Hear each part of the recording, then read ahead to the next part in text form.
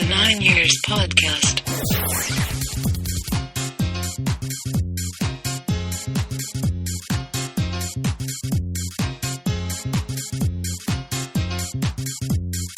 Hi Milton Keynes.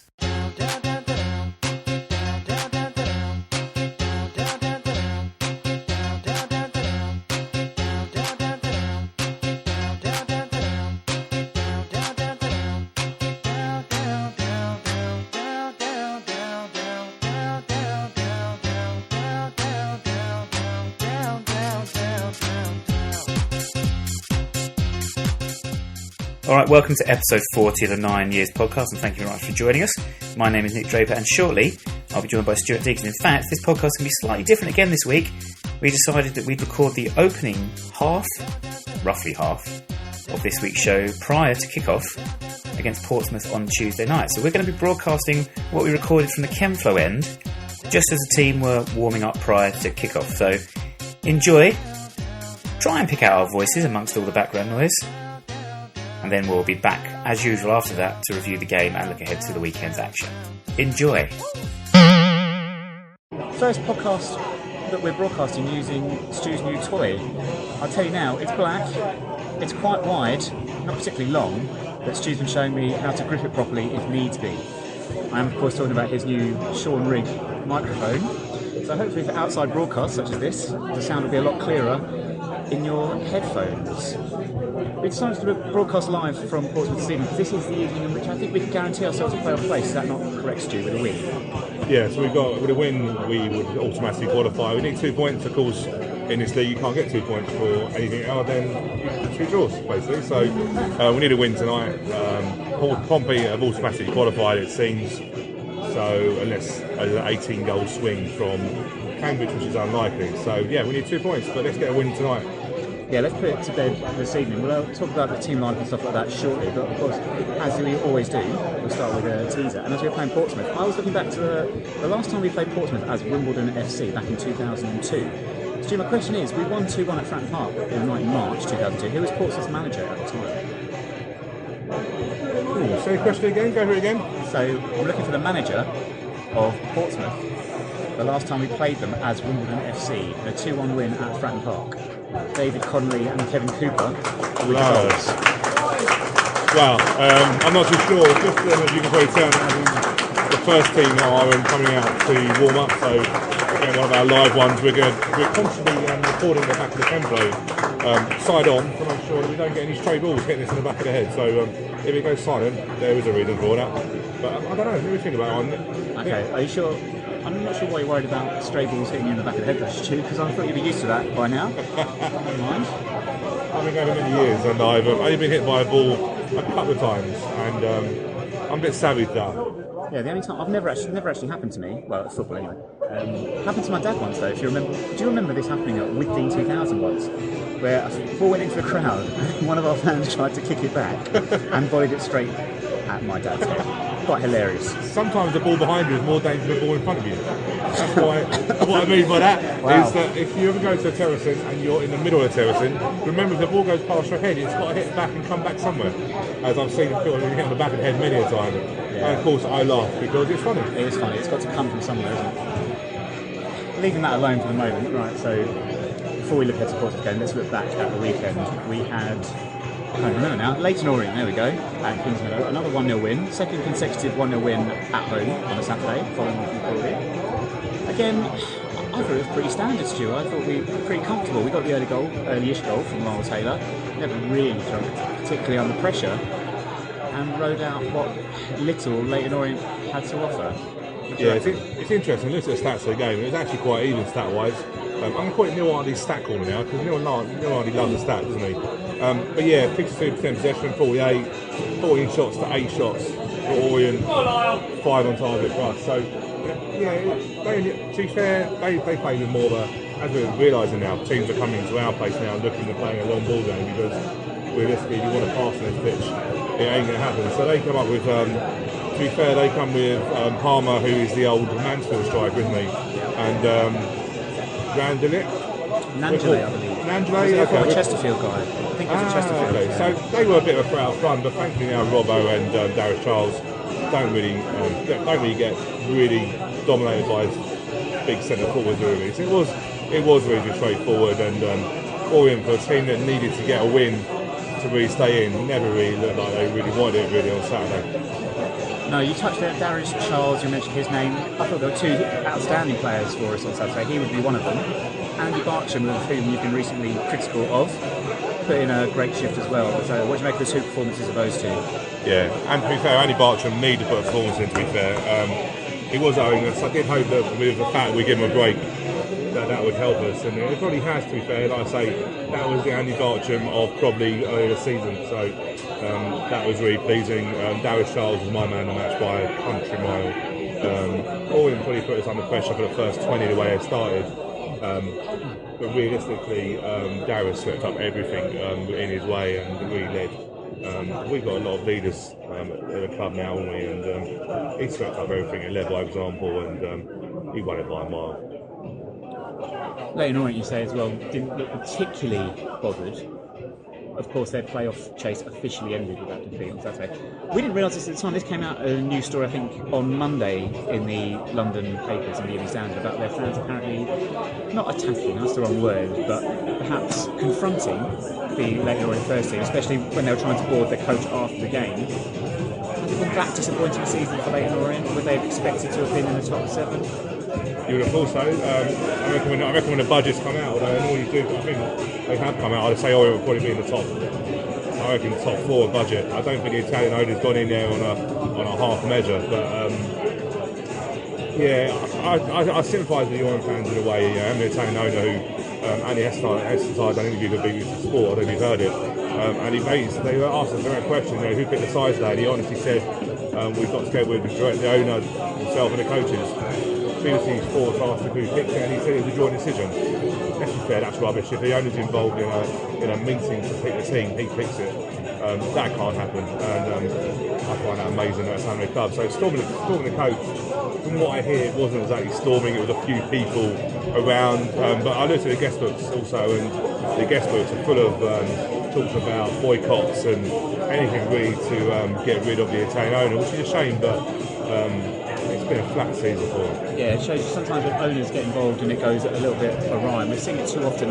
I know it's sort of going off track a little bit, but at the moment at clubs such as Leeds and Charlton especially, and it just shows the difficulties you can have if you have a person that's not really a football person at heart taking over your club and what damage it can do. The flip side to that is for Leighton Orient not getting in the top 7 is that you probably look at it at the start of the season and say teams like ourselves and certainly Accrington have overachieved, and therefore cause and effect really, isn't it? If teams are overachieving getting into the top 7 position, they're going to be teams that are going to miss out because of it.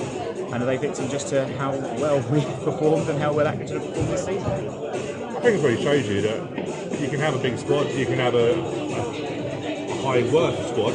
Actually, what's been proven really is teams like ourselves and Accrington this year have actually been better because their teamwork, maybe to a small knit squad, a togetherness.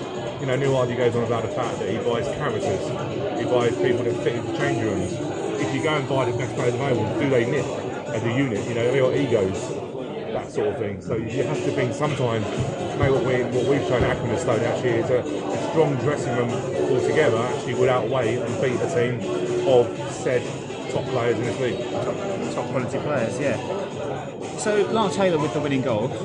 Exactly 20 goals now for him this season. Yep. So let's just ward off any football gods now and say, Lyle, you're not going to get injured or suspended or anything anytime soon if we're going to the run-in. Would you even be tempted to rest a few players such as Lyle over the next 3 games? Personally, no. I'm a big adage that teams on form win tend to have a great chance of playoffs. I don't think Plymouth are that far away. We can't catch them if we win tonight.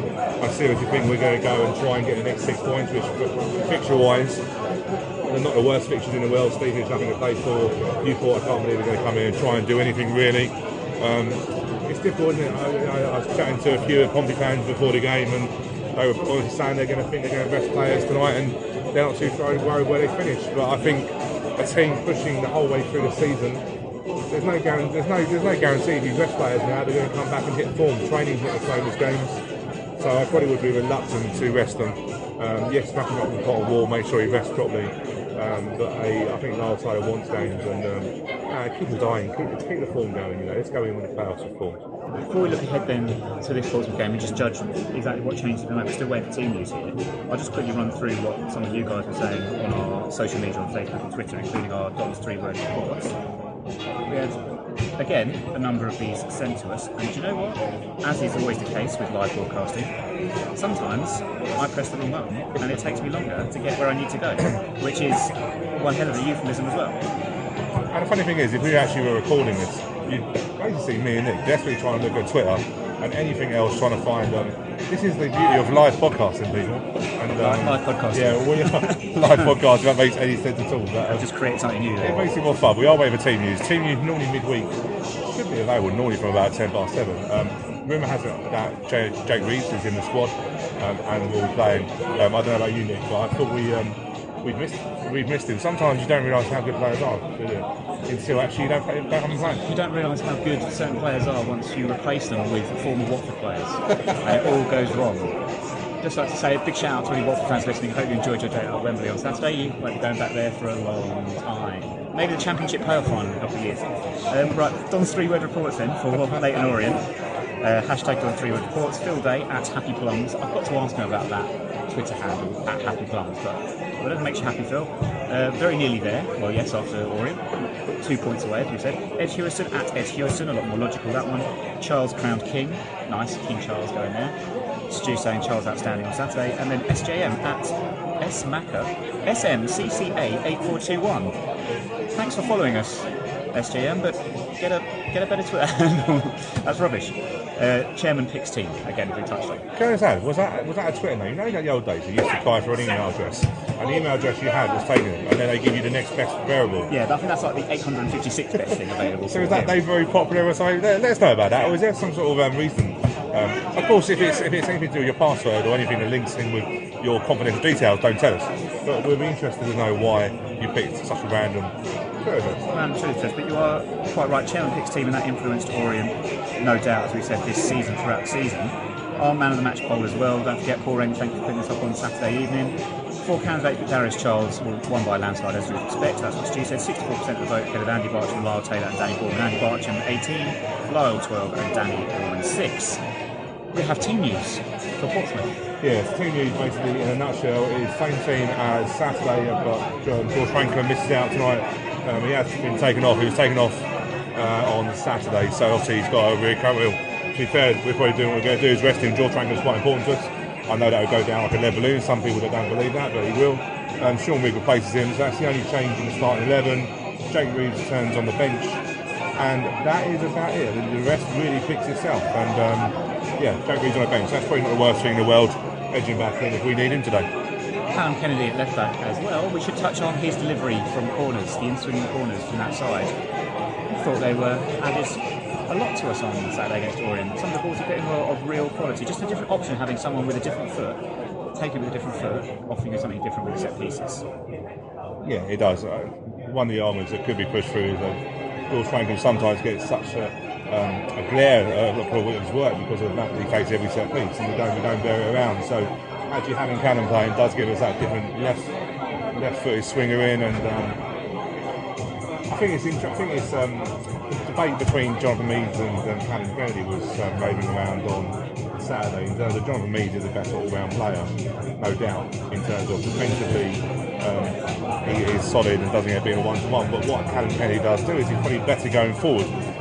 So I suppose in the moment where you're chasing points, just to get your trail space, I suppose you're probably looking at Callum Kennedy. But it is an interesting. Me personally, all day long I'd rather have Jonathan Meads, so I don't think Callum Kennedy is the worst replacement. And to be fair, he's been knocking at the door all season. He's been patient. He's been supportive of his colleagues, and he gets his chance in the engine zone of the season, as we call it. The engine zone. The nitty-gritty. The engine zone. That's Live a new word. podcasting in the engine zone. Wow, we're creating new words as well as bringing back old snazzy words from the past. You have to love this podcast. Stu, of course, loves Callum Kennedy, as he mentions there, because he's a big fan of swimmers. I think that brings to an end. A little preview. I suppose we should do a little pre-match prediction for Portsmouth, because we didn't do one obviously before the Orient game, our podcast last week, because we were waiting for the Orient game to go out of the way. Without having the Portsmouth team actually announced to us yet, but what do you reckon? What's your gut feeling for the Orient game? My gut thing is I want to smash Pompey, if I'm being totally truthful, and I will not lie. Pompey are a club of. Let's be fair, their fan base really annoys me. I'm going to do a bit of a rant at the moment. I got into the bar today, and all I could see was Pompey fans. Chatted to a few Pompey fans, and all I got was we take loads of fans everywhere. And I was thinking, well, do fans win you games? I don't think they do. Yes, they do. They have a great fan base, but I think some Pompey fans live in a little bit of a bubble, and I want to smash them basically today. So if we can beat them by 4 or 5 goals, that would be perfectly acceptable by me. Realistically, yeah, I think they're going to rest players. They seem to think they're qualified, and why wouldn't you when you're 6 points clear and a massive goal difference? Paul Cook has alluded that he has got injuries. I'm just checking to see the squad through now, but I personally think we're probably going to win by a couple of goals tonight. Only thing I'd say is that when you go on a run like we are on, what are we, 5 wins in a row now? We've got, in my head, we've got 6 more games, 3 more regular seasons, and I'm expecting us to get to Wembley. Okay? If we don't get there, you can blame me.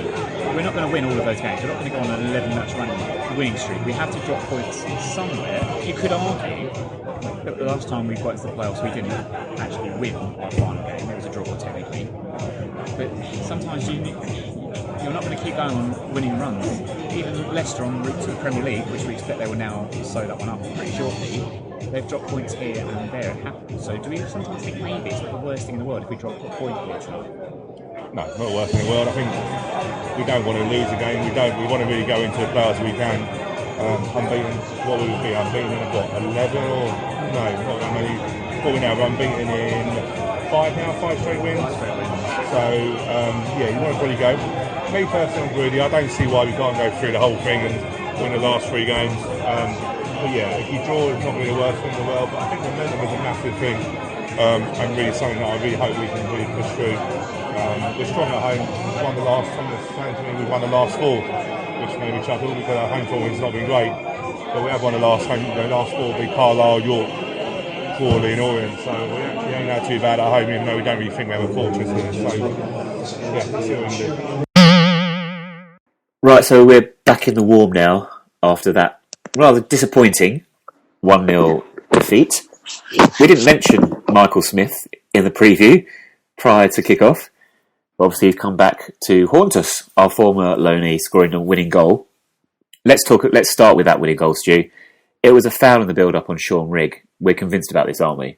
Yeah, we are. Yeah, I look back here today and I always, for a foul, I always look at where the ball... Does the ball move direction, do you know what I mean, or anything like that, or does it change direction from a touch or anything? There's no change of direction of the ball, so it's quite clear a foul. And also, like I say, both benches, in terms of Pompey's bench as well, have also acknowledged a foul, and I believe Michael Smith acknowledged a foul to Callum Kennedy as well, listening to his Don Player interview. So, yeah, really frustrating. Bear in mind the referee the referee was very fussy last night in terms of pulled up loads of. Any time I fell over, he pulled up a free kick, didn't play advantage, and in the one moment, on a crucial moment, he desires to literally let it go. So, referee was frustrated last night, and I think it shows on small margins how these playoffs, if we are successful in qualifying for, are going to be very much by small margins, it seems. Well, yeah, because in terms of actual chances, I would say we're probably actually fairly even in terms of the work the goalkeepers have had to do or clear-cut opportunities that have arisen. On the balance of play, I think most people would agree that Portsmouth probably did edge it overall. Although we got chances. We had a couple of headers from good set pieces, good corner deliveries. Andy Bartram had a great chance went through and he sort of screwed his shot wide. But on the whole, it didn't quite happen for us, did it really? We weren't quite as fluent, perhaps, as we have been over the past month or so. And Portsmouth did a bit of a job on us, really. Yeah, we weren't really allowed. It was a tight game. It was a tight game last night. I think, you and I, rightly so, come out, along with a lot of other fans, disappointed and frustrated that we didn't seize the opportunity with the game in hand, and obviously Pompey got 3 points over us. Looking back at the stats, and I've also looked back at the game today, it actually wasn't as, possession-wise, yes, Pompey dominated it. But if you look at actual, probably clear-cut chances, if you look at, Pompey had some late chances on there, some one-on-ones, Gary Roberts shot wide on a one-on-one, but if you look at that, as we went 2 for 2 at back, we literally pushed on Barry Fuller and Callum Kennedy, we played 2-2 at the back. So you'd probably expect really when we push in on late the game and get chances. But if you look at before that, when probably the game was set out with the formations, we had arguably the best chances. We had one from Darius Charles in the first half and a downward header. We had Bartram that went clear through. We also had a header from another Darius Charles header. And also Lars Taylor got played through late when he probably could have maybe touched it past the keeper rather than going through him. So if you look at it, realistically, Pompey only really got them chances when we were late on. So for a performance where we all acknowledge where we probably got outworked by Pompey, which we've not been used to. If you look at it on the whole, actually, we restricted them to really minimal chances on the basis that we didn't have as much possession as we normally do. So I think on the positive side of it, we actually, for a performance that we weren't really pleased with, we didn't get turned over by Pompey by any stretch. What I would say, though, is that Portsmouth, to me, they seem to just have something about them which makes me reconsider my confidence about the playoffs. When I say that, I'm sort of expecting to go into the playoffs on, a good run behind us. We've got momentum building up. Despite this defeat, we've still got great momentum going into the playoffs because I'd expect us to win, or certainly stay unbeaten over the next 2 games and win at least one of them, if not both. But then we came up against a team of real quality, and where I'm sort of looking at the playoff teams and thinking the pressure that they're under is going to affect them, Portsmouth don't strike me as a team that look particularly under pressure whatsoever, and in fact, very well organised, very strong, very clever. And again, another team, I must say, that do tend to move the ball, or seem to move the ball a lot quicker than we do. It seems to be in our 5 seasons in the Football League, the teams that go up, or that automatically or in the playoffs, have this ability to move that ball a lot quicker than we do. And yeah, I'm not as confident anymore. Yeah, I think all of us have got pretty a little bit of confidence. Not last night. I'm always very much optimistic, as you know, pretty well know. So I've sort of gone on the fact and look at all the positives on it. Yeah, we knew the playoffs were never going to be easy if we qualify for them by any stretch, because there's nothing in this league. What you could probably count on last night was there's a lot. Pompey last night changed their squad around, so they were fresher than we were. We don't have the luxury of moving. You look at their bench and the players that they didn't have playing. You sort of see the quality. They have got quality. If you let Pompey play, they're going to boss you, as they did last night. I don't think there's any consistency in Pompey. Otherwise, they would be probably in automatic 3 places. I don't think there was actually that much pressure on them last night, because they needed an almighty swing for them not to qualify. And maybe, do you know what? We played with a little bit of anxiety, whereas they played a bit more freedom. Playoffs are totally different, and the one for consolation, if we look at it, is we're unlikely now to play Pompey in a semi-final. So they're going to have to get through a semi-final, and then if we qualify the first instance and get through, then it's pretty likely that we're going to face a strong team in the final. But we were never going to get promoted on anything other than a hard work and a bit of luck, and I think that's proved last night. There's still a lot of quality in the league, but I don't think Pompey fans would have thought too much of that we were a walkover. We weren't a walkover last night. We didn't fold at all. So I think there's a long way to go yet. But yeah, confidence a bit knocked, but we'll be fine. Talk about needing a bit of luck there. Aside from the one header in the second half, I think it's another Charles header that somehow managed to hit the foot of the defender on the line and loop over the crossbar. On another day, that would go in. On another day, a referee might have well pointed to the spot when Connor Smith went over, because for a moment I thought that's exactly what he was about to do, but in fact booked Connor for diving, and I think, realistically, it was a bit of a dive from the former Watford player. Not that I'm making any insinuations there whatsoever about Watford players diving, but Watford players do dive. Connor Smith, what are we making of his run in the team at the moment? Has he impressed you? Do you know what? It was interesting last night. I felt he looked better when we played with Reeves. We obviously brought Reeves into the midfield. He has something about him that I really like. He seems to eat the ground. Do you mean about his footballing ability? This is. I feel he eats the ground up very well. In terms of he sort of glides around the midfield. He's pacey for a midfielder. I feel the more games he's playing, the more chance he's got to impress. It's not an easy position to impress in. Let's be fair, we don't play much through the midfield. The way we play at the moment, very much at home games, we bypass that midfield. So really he's picking up the scraps, which I don't think picking up the scraps in midfield is necessarily his game. I think he's very much a player that needs the ball at his feet, and he can probably dictate the tempo from there. So I don't think we're necessarily seeing him in what capacity that we would need to use him in. And, the pitch doesn't help us play nice attacking football at tempo, unfortunately. But I think he's done enough to look at getting a contract. If I'm not too sure. I'm assuming he normally out of loanees, then normally out of contract at the summer. So I'd imagine that he's the same. But I like him. But again, just as much as George Frankham divides opinion, Connor Smith's another one, isn't he? And I personally would, if we can offer him a contract, I think he's done enough to impress in the short term he's been with us. So are you saying that you think Smith would be better served maybe in a 4-3-3 alongside both Reeves and Ballman? Which I guess we sort of tried to at some point last night shift with, was it Murphy and maybe Taylor going sort of wider with Aziz up front? Yeah, I think, Neil Hardy can be known as a famous, he's known as a tinkerman sometimes, isn't he? But Neil Hardy likes to have different formations available to him because he's not afraid to mix up his formations. He's not afraid to, play a 4-4-2, but equally we play a 4-5-1, a 4-3-3. So I think he wants players that can adapt, and we can, many a time this season he's outwitted managers by changing his formation. And I suppose if we're looking at next season, if we're going to be in League Two, for I would say next season, we're probably going to need something that's going to mix it up. Because I don't want to look too far. I don't want to look too far ahead to next season, bearing in mind that we're in the engine zone, as I called it last night, of this season. But ultimately, if we don't get promoted next year, we are going to probably be one of the favourites for a playoff place. The expectation level was increased heavily straight away. And I think Connor Smith is probably, a 4-3-3. I think he can play at 4-4-2. The problem is you've got no ball winner in there, but I think there's definitely something there's definitely something about him that I like personally.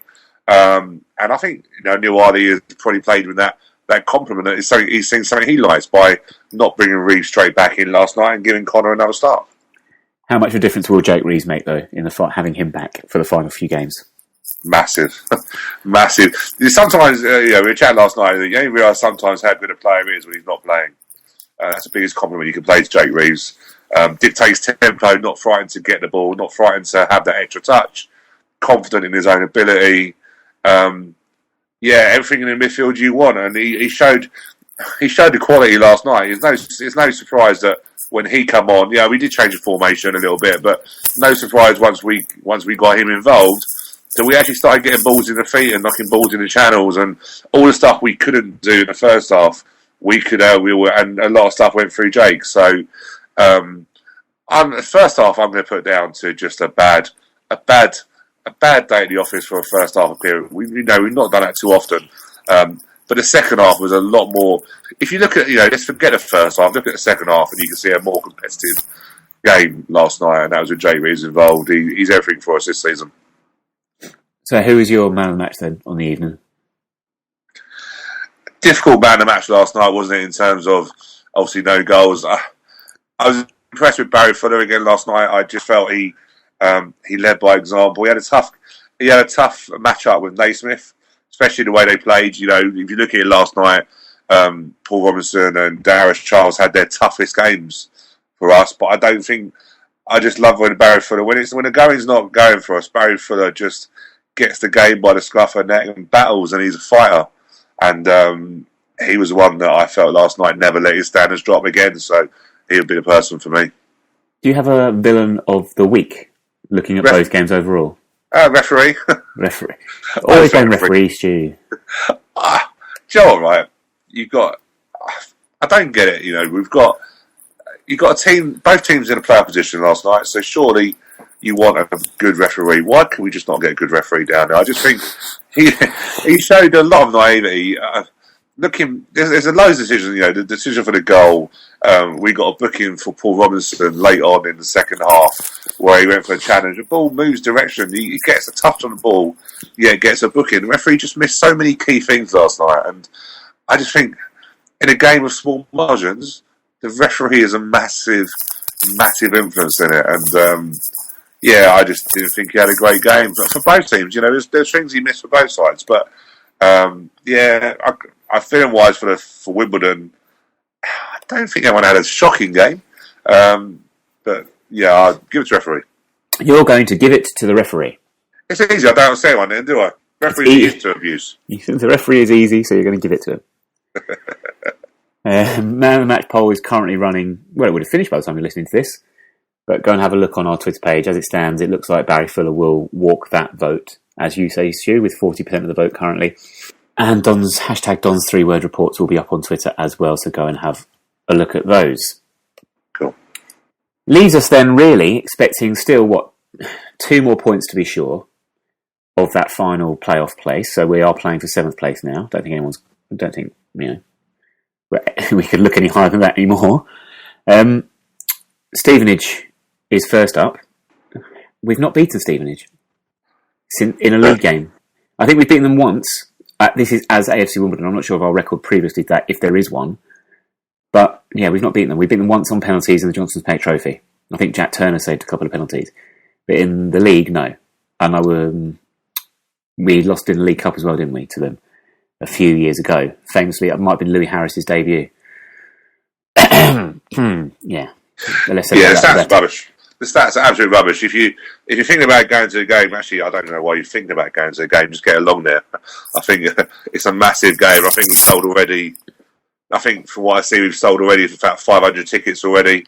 I know Stevenage had a capacity to. I think it's a 1,200 stand behind that goal. But I think they've also capacity to give you us seats in the main stand as well. So I don't think it's the case that we will set our allocations. I think it's just keep extending it. But it's not great. We've played what we got. We're looking here 9 games we played and we've not won. We've got 1 draw against. Actually, no, 9 games. We'll get 9 games draw. I'm counting goals in that, Nick. Sorry, 5 games. Sorry, 4 wins for Stevenage, 1 draw. Our record's rubbish. I only scored goals in all them games. So where Stevenage have outscored us, I've got 4. 4 times that. So.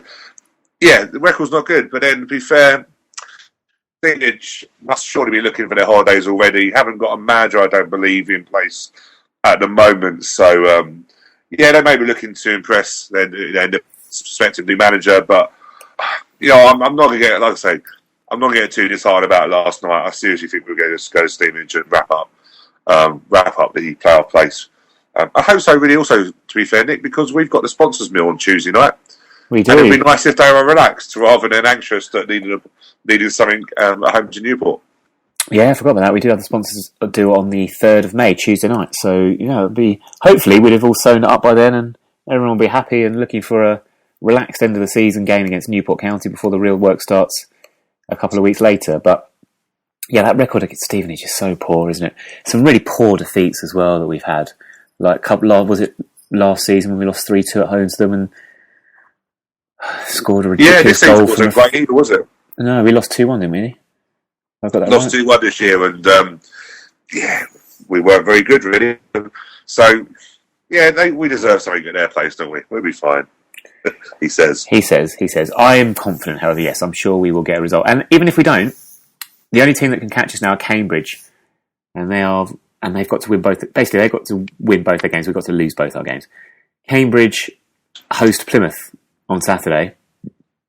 Plymouth themselves still in the running for automatic promotion. So, who knows? It's interesting because before last night, I was looking at Cambridge, praying that Cambridge would beat Plymouth because I think I wasn't alone in this. I felt we could possibly catch Plymouth on our current form. We could probably have a go at them. Also, now it's changed to wanting Plymouth to win. Yeah. So it's pretty funny how you look after yourself in the pictures. I was looking through, just seeing generally how Plymouth had performed against Cambridge. They lost at home to Cambridge 2-1 this season, so that doesn't look very good in that stat. And the head-to-head, you can obviously imagine they played each other a lot of times, but at the moment, head-to-head for games at Cambridge, they are 5-4 in the favour of Cambridge. So, yeah, I do think we have to look after ourselves and control our own destiny. I think Cambridge will beat Plymouth on Saturday. I hope not. It means that we can have a bit more of a comfortable journey. But I think we're going to need to win on Saturday to make sure we qualify on Saturday, otherwise we can go down to the final game. Looking ahead, then, thinking ahead into playoffs, I know we're talking about making sure we qualify for them first, but obviously finishing in 7th place, which we're sort of expecting now, we will play the team that finishes 4th in a semi-final. It depends on which team that's going to be. It's either going to be Accrington, Oxford, Bristol Rovers or Plymouth. And we've already mentioned their Plymouth game. Accrington Stanley, who currently are 2nd in the table, travel to Wickham, who now have nothing to play for. Never mind. That's a shame, isn't it? Isn't it a shame? I'll tell you what, they won't stand for that at Wickham, but then they don't really stand anyway. That's good, I like that. Yeah, thank you, see. Yeah, I'm here a week. Oxford, they travel to Carlisle. Carlisle are a decent team. I think they might be a little bit disappointed. They might have underperformed. Although, to be fair, they've had their troubles this season with floods and all that might have disrupted their progress a little bit, so cut them slack. But they're a decent team. That's a difficult place to go to, albeit Carlisle, again, a team with nothing to play for. And Oxford, of course, in the not Oxford, sorry, I've just done Oxford. Bristol Rovers travel to York, already relegated York. If they all win their games, which you'd expect them to, it's as you were, and we'd be playing Bristol Rovers. Yeah, so the fixtures are interesting. I'm very going to contradict myself, probably, where I think we're going to do our case team, which has got nothing to play for. But I have a feeling about something like York, relegation, budget-wise, not too sure. He might try and keep much of his squad, possibly. I don't know if you saw the Cheltenham. There was an interview, actually, in non-league paper with Gary Johnson at Cheltenham, who said that the parachute payments this year are good, so that they could keep a budget. They keep the solidarity money, which I think is about 600 grand. So York will still have a decent budget. If they choose to use that, they might want to keep some of the squad. So they might play into something. You never know. But I suppose on form, yeah, you probably would fancy it to be much of a muchness that they all would win. But it looks interesting in the league, doesn't it? If you're looking at Accrington now, that point lead probably would... they got 2 points over Bristol Rovers. It might be enough. Accrington got to look, if they win on Saturday and Oxford leaves, for argument's sake, then they qualified, haven't they? So, big weekend, and I don't know who you want to play, Nick, to be fair. We could realistically still play either three of them in the playoff. If you were, who would you pick out of the three if you were going to pick any of them? Oh, do you know what? None of them, to be honest with you. Yeah, I don't think we can do that. I don't think we can get a bye in the semi-finals. Let's try it. Let's write and ask for one.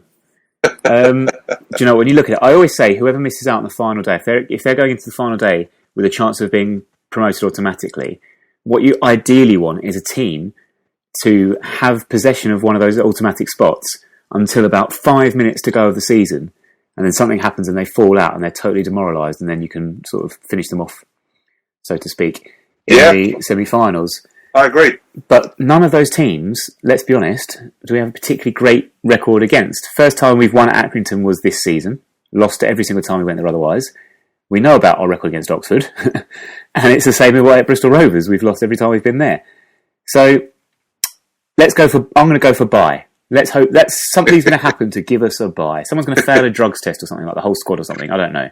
Let's be honest. Who would you choose? Go on.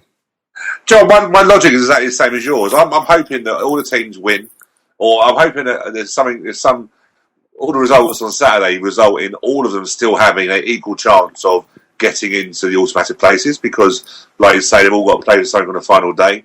I think mindset is an interesting thing with playoffs. You know, we're in a situation where we're trying to gate crash the playoffs. Let's be fair, when we went to Morecambe and Hartlepool over the Easter period, we come back from Hartlepool totally thinking that's it, we've blown it. So for us, we're gate crashing a party and we're going to look forward to it.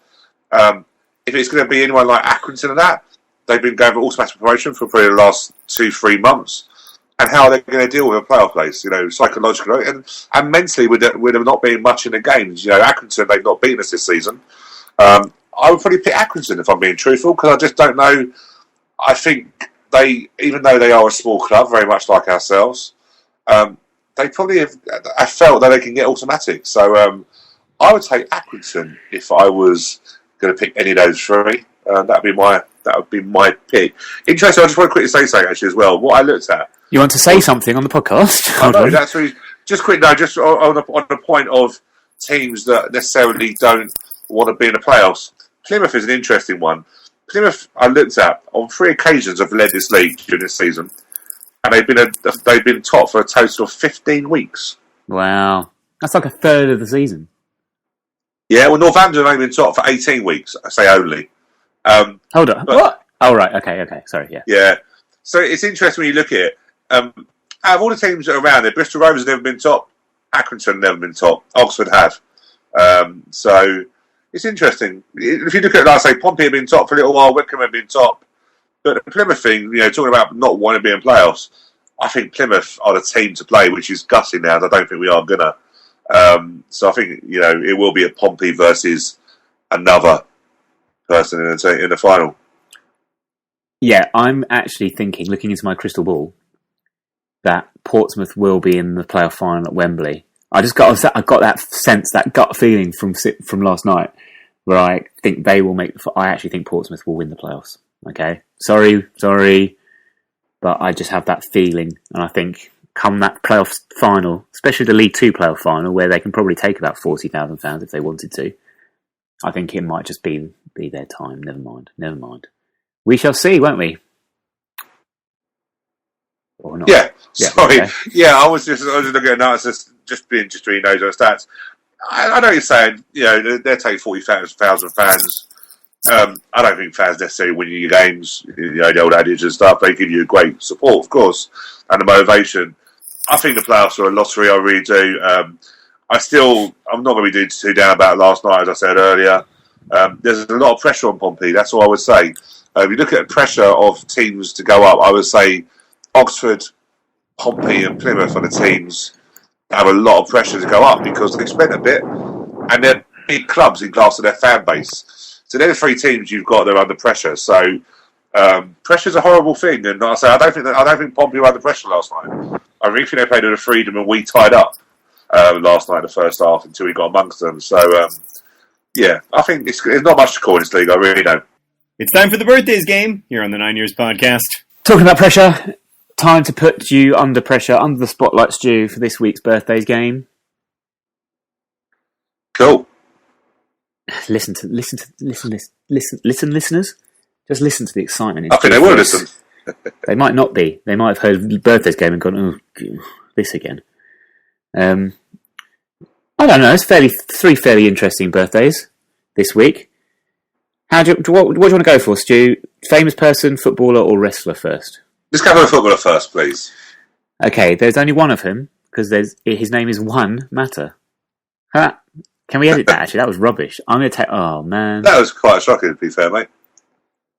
Okay, well let's pretend that didn't happen. Okay, let's just start again. Right, all right. No one will know. No, of course. Let's start with the footballer then, and we'll go for Juan Mata of Manchester United and Spain. See, no one noticed there, did they? No, perfect. Right, go on. Sorry, I'm lost. What are you saying? I thought you were just talking to yourself. No, how old is Juan Mata of Manchester United? Oh, sorry, I just thought you were just talking to yourself for a bit. This is great audio. Great, yeah. One Matter.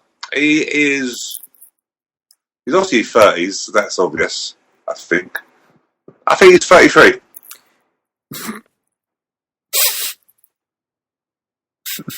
I don't know the answer because I've lost it on my phone. It's just gone. Right, I found it now. Right, here we go. 33, you say? I do say 33. In your words, Stu, definitely in his 30s. No, tell me he's got to be in his 30s. He 28. No. Yes. He's had a hard life, and he looks a lot older. I think since he joined Man U, yeah, to be fair. Is he really only 28? Yeah. 4 years older than me. Wow. Yeah.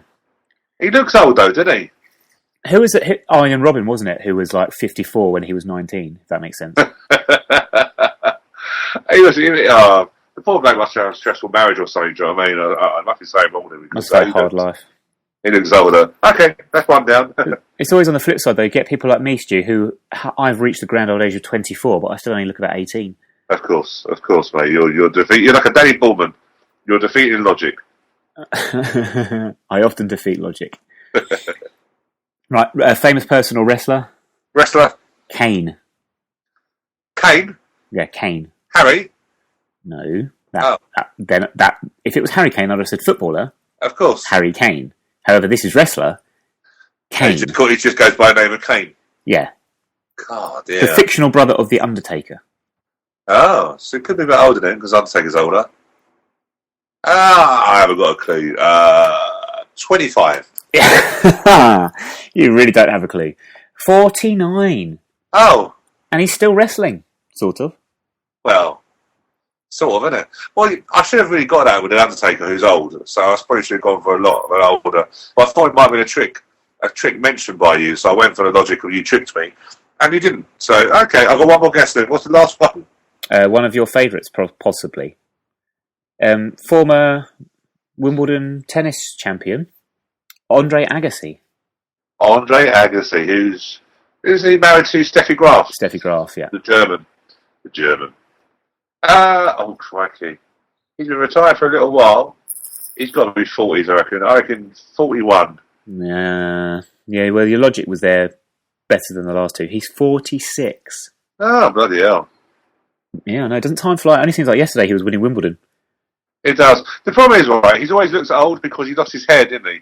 Yeah. So he looks older sometimes. Maybe he looks old. Yeah, maybe I didn't give that credit. He was old. Okay. All right, 46. Cool. There we go. Brings us to the end of this week's birthdays game. We have some Loan Watch to finish up on this week, and some good news for one of our squad players at Hampton and Redbridge. Yeah, it was good actually. We've got a bit of Loan Watch, a bit on the 21s as well, actually, which falls in, sort of links in a little bit with the Loan Watch. Tom Beer, Hampton secured the Ryman Premiership title on Saturday by drawing only with Enfield Town. Say only drawing, and Enfield Town were also going for a playoff position, so quite a tough game. And Enfield also had won their last 4 games before Hampton, but yeah, they won it. They drew the game, which gave them the point they needed, and they only won it by a point in the end from Bognor Regis, who, remember we were talking about, had a horrendous amount of games after their FA Trophy semi-final appearance against Grimsby. So Bognor go into the playoffs, which are being played, I think actually might have been playing tonight, i.e. Wednesday. We're recording this. There's no secret in that because we have no choice in recording it on a Wednesday night because of Pompey game. But yeah, Bognor go into... Keep waffling. Carry on waffling. Bognor go into a one-leg semi-final. Remember them days where you don't get 2 legs, you just get 1 leg. So they basically have to hop and kick at the same time. Well, to be fair, they are playing... No, they're not playing Dulwich Hamlet. To be fair, Dulwich Hamlet might want that because Jason Pryor's on fire at the moment with the goals. So fancy Bognor to get through that. But well done, Tom Beer. He got a winner's medal. And then was back in action for the under-21s on Tuesday night against Gillingham. Monday night, against Gillingham. I was a bit disappointed with Tom. He wasn't great, to be fair. I felt he did. I thought he'd come back with a little bit more vigour and a bit more of an appetite, but maybe there was some celebrations going on at Hampton over the weekend, maybe. Maybe he'd been in the Beaver bar. Yeah, enough jokes there, isn't it? Did you say enough jokes? So he was back. Enough jokes, right. Sorry. Wrapping up the Loan Watch, Joe McDonnell, I think they did 2-2 draw against Leatherhead. Both had nothing to play for because Harrowborough out of relegation trouble a little while now. So they finished 17th. So from what it looked like there, Joe had a more than a successful loan period. They were in a bit of trouble when he went there. So well done to him. And like I say, yeah, under-21s Monday night lost 1-0 against a very strong Gillingham team. They put basically out there. They put their 5 subs. Five subs on the bench from their Saturday game against Shrewsbury. Hold on. What about the subs that weren't on the bench? I know. Were they there? The reason I say that is because Ryan Jackson was the only one that didn't play, who was on the bench on Saturday at Shrewsbury. And they had Jermaine McGlashan, who we know from Cheltenham fame, playing for them. So it's a very strong game. We only played Danny Gallagher from our real recognised sort of first team squad players, played a lot of under 18s, but some good performances, especially from Alfie Egan. First time I've seen him, probably for more than sort of 60, 70 minutes. There's definitely something about Alfie. I must admit, I can see what all the fuss is about now. Right, thank you very much, Stu. Thank you. Brings us to the end of the... Well, it doesn't actually bring us to the end of this week's show, because I've got exciting news. Oh, cool. In fact, do you reckon we can get some sound effects for this as well? I'm sure we can. Okay, let me try this. Okay? Right, give me a minute. Give me a second. Right, can you hear this? Yes. Yeah, hear that rustling. Yes, it sounds like you're going into your wallet. Ha, very good. No. If I was going into my wallet, it would sound like this. But this is, yeah. Do you know? Any ideas what I am? What's the word I'm looking for? Fondling. I dread to think, being a family podcast, I dread to think, Nick. I hope it wouldn't make that sound. Well, it might do actually. Well, okay. Well, I'll tell you what. I'm going to unpeel it now. Can you hear me opening it? I can do. The excitement is shocking. Is what? Shocking. That's the word I should use, is it? Excitement is shocking. Yeah, it's shocking how exciting it is. Surely. Well, anyway. Okay, whatever. Here it comes. I am pulling it out of its sheath protection. This works so well on a podcast as opposed to doing a video, but never mind. Stu, it's my UEFA Euro 2016 France official Panini sticker album. Ta-da! Hooray! Wow, that was worth the wait, that was. I'm excited now. That's what she said. Or she fell asleep. She probably just fell asleep if it was me, to be honest with The you. Euro Championships, eh? Yes, the European Championship. So I'm just flicking through the pages now. You've got the French squad with Morgan Schneiderlin and Moussa Sissoko, and then the Romanians with people I don't know. Pantilimon, is he Romanian? I never actually knew that. There you go. To be fair about Euros, just in case people are not aware, I didn't realise the England-Wales game is actually a 2 o'clock kickoff on a Thursday. Tuesday, I think. Tuesday, same thing, start with T, didn't it? For those of you like myself who wasn't really looking at Euro Championships, do get your holiday booked in if you want to watch the England-Wales game, because I totally forgot, and I managed to get, we were checking, the reason I say that is we were going to a FIFA 16 Xbox tournament at work. My work quite good that way. And we were going to match the groups, so I thought I better see what group, I forgot what group we had, and then noticed the kickoff time. I have arranged for my... Basically, you get about half a day where you don't have to teach. You get to do preparation, admin and stuff like that. We call it PPA time, okay, when you teach her. So I've already arranged that time off. So whilst the kids are learning, I'll be sat in a room somewhere with my laptop watching the BBC. But it's so exciting when you think about it. We football gods, we're not qualified yet, I know that, but we hope we should have some playoffs to look forward to. And then if you think about it, we literally have a close season where we were going to have a nice break on the podcast. And then we got European Championships, and then the season starts, pre-season starts really, really quickly after that, doesn't it? So it's all go. It's all go. It's going to be all go for me, collecting my stickers. Looking through the sticker album, the England page has pictures of the Shard, Big Ben, Stonehenge, Tower Bridge, okay? And I'm going to be collecting stickers for players such as Alex Oxlade-Chamberlain. Wow. Theo Walcott. Cool. Raheem Sterling. Possibly he might do, actually, to be fair. So, you said about the pictures that we've got on our page. Yeah. What do Wales have then? Like, shit, I'll find out for you. Sauce. Wales have a little less space than us because there are 3 spaces for Gareth Bale. That's one for his face, one for his right ear, and one for his left ear. Wales have that thing in Cardiff with all that writing on it. Looks like some sort of church, a field, a sheep, a leak, and Tom Jones. And Tom Jones. Yeah, that might not be true, but you have to get the sticker up to see because I don't actually know what Welsh landmarks. Do they have any? Fields and sheep. Yeah, I don't know who half these players are. Apologies also to the Welsh people we've just offended now, Wimbledon fans, but you're not going to get a group anyway, so don't worry about it. And yeah, to be honest with you, if you're Welsh, I don't want you listening anyway. Go away. Yeah, so that's great. Stickers. I've got some. This little pack came with some stickers as well. Should I open them? Should I open my first packet? So do you? Yeah. So do they do? Like, I've not done a Panini sticker album for ages. So do you still get like the gold ones, the silver ones? Yeah, the shinies, which are worth two. Yeah. Oh, Stu, I've opened my first packet and I got a shiny straight away. Oh my god! You got a shiny one? I have got a shiny one. Well, what you got a shiny? I've got a shiny of Austria. It's like a European. Feels like Eurovision here. Austria, 1 point. Yeah, but I've got some good players here. I've got Christian Fuchs, and Julian Baumgartlinger. Yeah, I don't know who that is.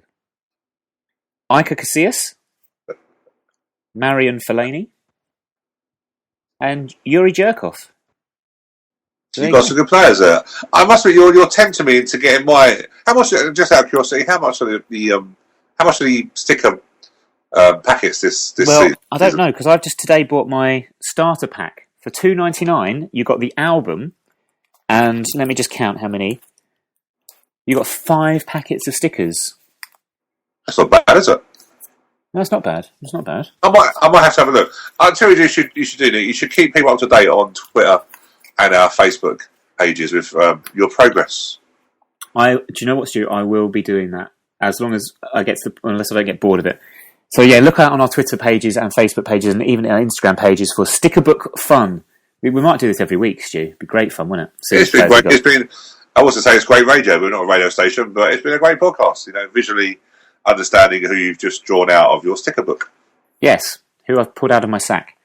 But yeah, I was quite impressed with that. So yeah, keep an eye on us then on Facebook and Twitter, and as we say, and Instagram, and updates from all the weekend's football as well on all those channels. So at 9YRS Podcast, lots of traffic on our Facebook pages and our Twitter pages actually, and great photos from match days on Instagram. So please, please, please check us out.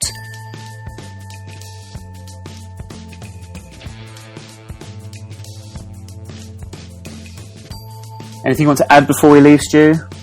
No, just I don't always say this, but good luck to the boys on Saturday. We're all with you, and let's qualify. And let's just qualify Saturday because I seriously don't want to go to the sponsors' meal with them not having to watch their weight. Not they tend to do it anyway, but yeah, I was wondering, let's just get over this Saturday. We go to a party on Tuesday night, and also at the Cherries Record Stadium on Saturday at Newport. And the last thing before we go, teaser, last time we played Portsmouth, don't forget this, I asked you the last time we played Portsmouth as Wimbledon FC, we won 2-1 at Fratton Park in an old nationwide league game. My question was, who was the manager of Portsmouth at the time? Yeah, to be fair, I would never have got it until you gave me a clue last night, and it's quite obvious Graham Ricks. It was Graham Ricks, yes. When we should say what the clue was, I don't think we won't say what the clue was, no. But yeah, Graham Ricks was my answer, so I've got that because of the clue, really. I don't think it really counts. Do you remember who our manager was at the time? Terry Burke? It was. And do you know who else? Some of the names in that squad were quite interesting when I look back. Obviously, we remember the names such as Trond Anderson and Kelvin Davis and Chris Wilmot, all those sort of names. Adam Nowland. That was a blast from the past, wow. That is, crikey. Yeah. Did he come through our youth team? They didn't, no, did he came from Blackpool or somewhere, didn't he? Yeah, I think you're right. I think he did. Yeah. There you go.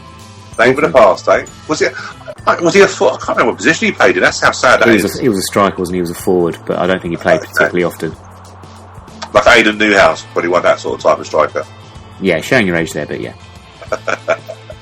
Cool. Right, thank you very much. That brings us to the end of our 40th edition of the podcast, our midlife crisis edition. Not that we're having a midlife crisis whatsoever, but remember to keep listening for more Panini sticker album fun and follow our Twitter pages for wrestling discussion.